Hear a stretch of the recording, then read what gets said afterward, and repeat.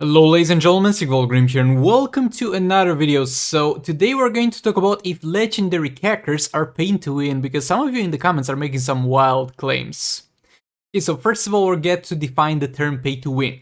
Pay to win means almost impossible to get and it has huge impact on your performance. For example, Beta Club is a pay to win artifact, and that's the thing, you can almost not have any chance to get it as a free-to-play player, and if you get it, it's going to hugely benefit you. Not pay to win examples, Skinflan Sakoman, over here my man. He has a huge impact on your progress, but he's not pay to win because he's easy to get. Another example of something that I don't consider pay to win, it's the Suicide Squad teams. So those guys are very hard to get because you need to get them and get their gears, and they're hard to get, their gears are hard to come by, but after you do all of that, it's not gonna have a great impact on your progress at all. So yet again, I do not consider this pay to win because if you get it, it's really not gonna help you a lot. Also, you'll see this from the perspective of a player who has only once bought a legendary character, and that was Raven. I bought her at 4 stars, and at the same time I got crap tap joy offers and never bought gems, so everything else that you see here has been grinded through gem purchases and has been grinded through challenges. We're going to classify now the legendary characters into 3 categories. We're going to classify them on high impact, because as we said previously, for something to be pay to win, it has to have a high impact on the game. We're going to classify them into medium impact and into low impact. So first of all, we got the high impact boys. Raven, going to heavily increase your progress. And this thing goes crazy with the League of Anarchy. Having a Raven will boost the crap out of your account. My boy Brainiac, high impact legendary character, is going to boost the crap out of your legendary characters with this thing over here. Definitely a high impact legendary character. We got Deathstroke, deals percentage damage to health damage to the enemies with his special 2. Amazing character to have when progressing in raids and soul raids. We got Manta. Manta, honestly, I think it's the lowest high impact one out of the high impact category, but still a good legendary to have that can pull some decent damage. We have Batman who laughs yet again. Has a decently high impact, and if you have Beta Cup, he has a very high impact, my dudes, dealing some crazy dot damage with the percentage values. Last but not least on the high impact list, we got Batman Ninja Gorilla Grodd, who has a high impact because his passives heavily boost the Batman Ninja team. Now we're going to go over the medium impact characters. This means that they are going to be good to have, but at the same time you are gonna be fine not having them. Arkham Knight Batman mainly needed because he can stun bosses that are stun immune, enabling Harley to hit some fights that she wouldn't normally hit, but at the same time, usually you don't need this in soul raids because you prioritize fights that are stunnable with Harley. And if you can't stun it with Harley, then you're going to use less of Joker plus Raven. So good to have, but not mandatory. We got at medium impact Collector vs Superman. Hold on, he's not Might, my bad, he's a tech boy.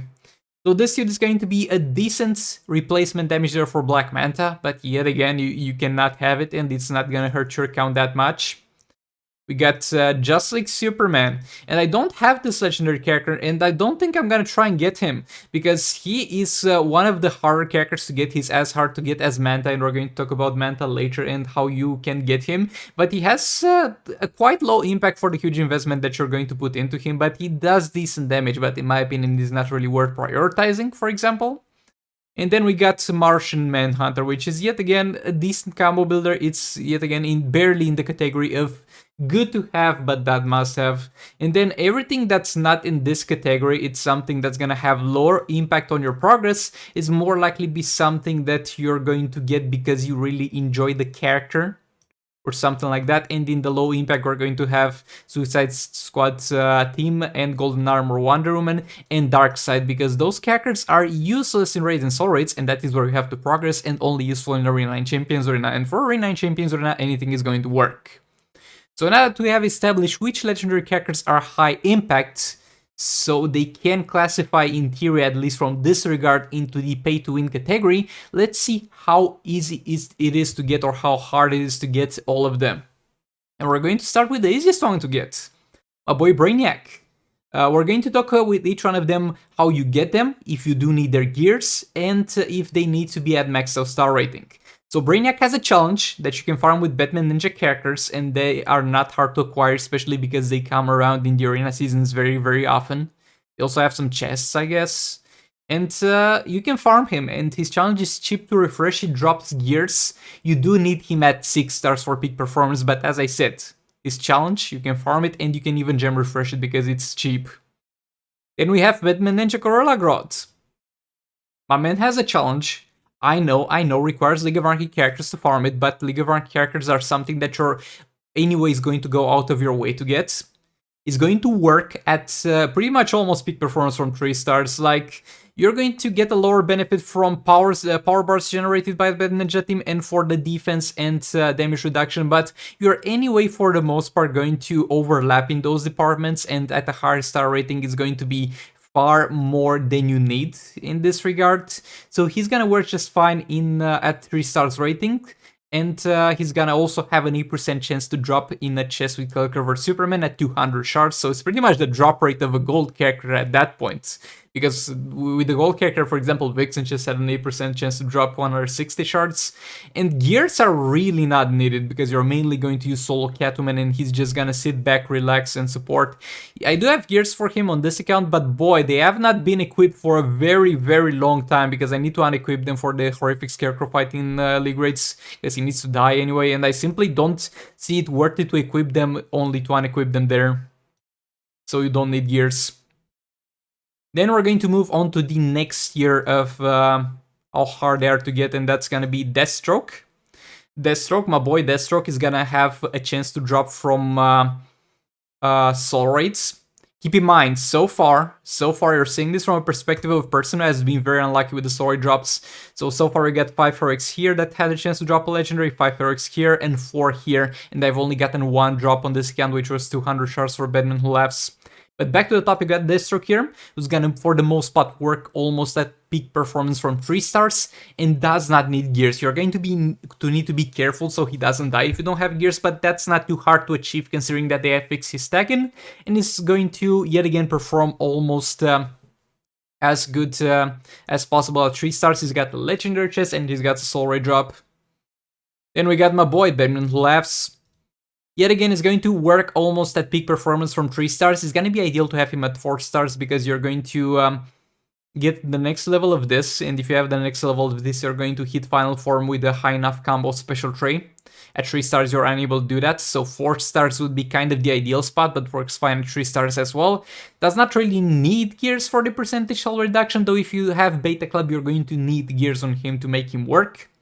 He's got a chance to drop from Soul Ray rewards, and he's got a chest, a legendary chest you can get him from. Raven. Raven is going to work very well from 3 stars, but with Raven, it's going to just get better and better as you get the star rating up, and ideally you need her at 6 stars, but it's going to work very well from 3 stars. You don't have to have gears. I'm running her without gears on the secondary account just for the purpose of proving that. But if you have gears, it's going to be an improvement and you're going to have an easier time. And she's gonna have a chance to drop from raids, and she's also got a legendary chest. And the hardest one to actually get is going to be Manta. Yet again, I think out of those mentioned, he's going to be the lowest impact legendary character you can get out of all of them in terms of his performance.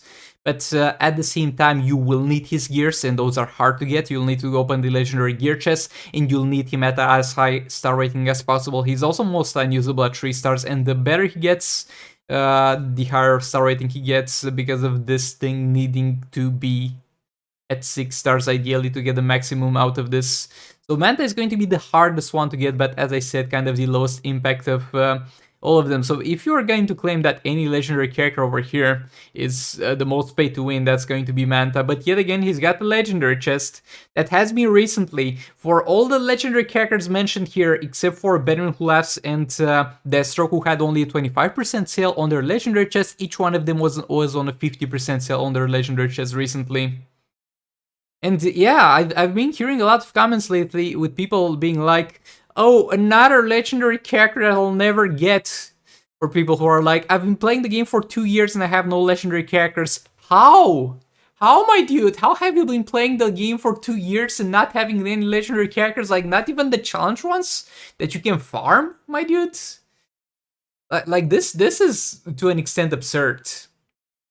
So, the facts are, on my main account only bought Raven, and never purchased gems in any way. Got all legendaries from chests and challenges. And I've been unlucky with the story drops. And in terms of farming gems, I've been farming, let's say, 30% of Champions Arena seasons and 30% of Arena seasons throughout the duration of the 2 years. And before 2 years ago, I only had a 4-star Darkseid and a 5-star Arkham Knight Batman. So that's kind of a benchmark to orient yourself. And on the secondary account, I haven't been touching Arena and Champions Arena in a year or something like that. And I do have a Raven, Collector vs Superman, Batman Ninja Gorilla Grodd, and Brainiac. So yeah, legendaries are indeed quite hard to max out. You're going to need a ton of gems to max them out, but most of them work very well from lower star ratings. You're going to be able to max a lot of them from challenges. And look, my dude, if you're going to throw 500 gems randomly at every single bad legendary chest that comes into the store, and then when a good one comes on a 50% sale like we got recently, you're going to have no gems, at that point it is not my problem, especially since I'm really going out of my way to help you guys and try to give you advice on how to get the chests and what chests are the best to buy.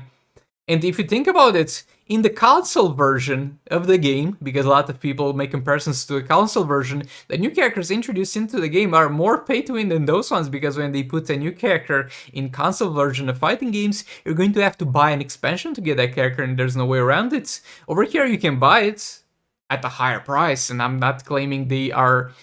I think they're to an extent more unfair to the people who actually pay money to get them, because boy, $100, but here you actually have a chance to buy them with in-game currency that you farm for. So yeah, Just 2 Mobile is not the most free-to-play friendly game in the world, and it's quite grindy to get legendary characters, and there are things that are pay to win, as I said, the artifacts, but are the legendary characters pay to win? No, my dudes, you're just doing it the wrong way for the most part. But yeah, that's just for this one. Let me know in the comments if you do or do not agree with me. I might be missing something. I might be wrong about this one. I'm never the most right person on the internet. I'm just here to express my opinion and share it to you. If you enjoyed the video, like it. Dislike it if you didn't.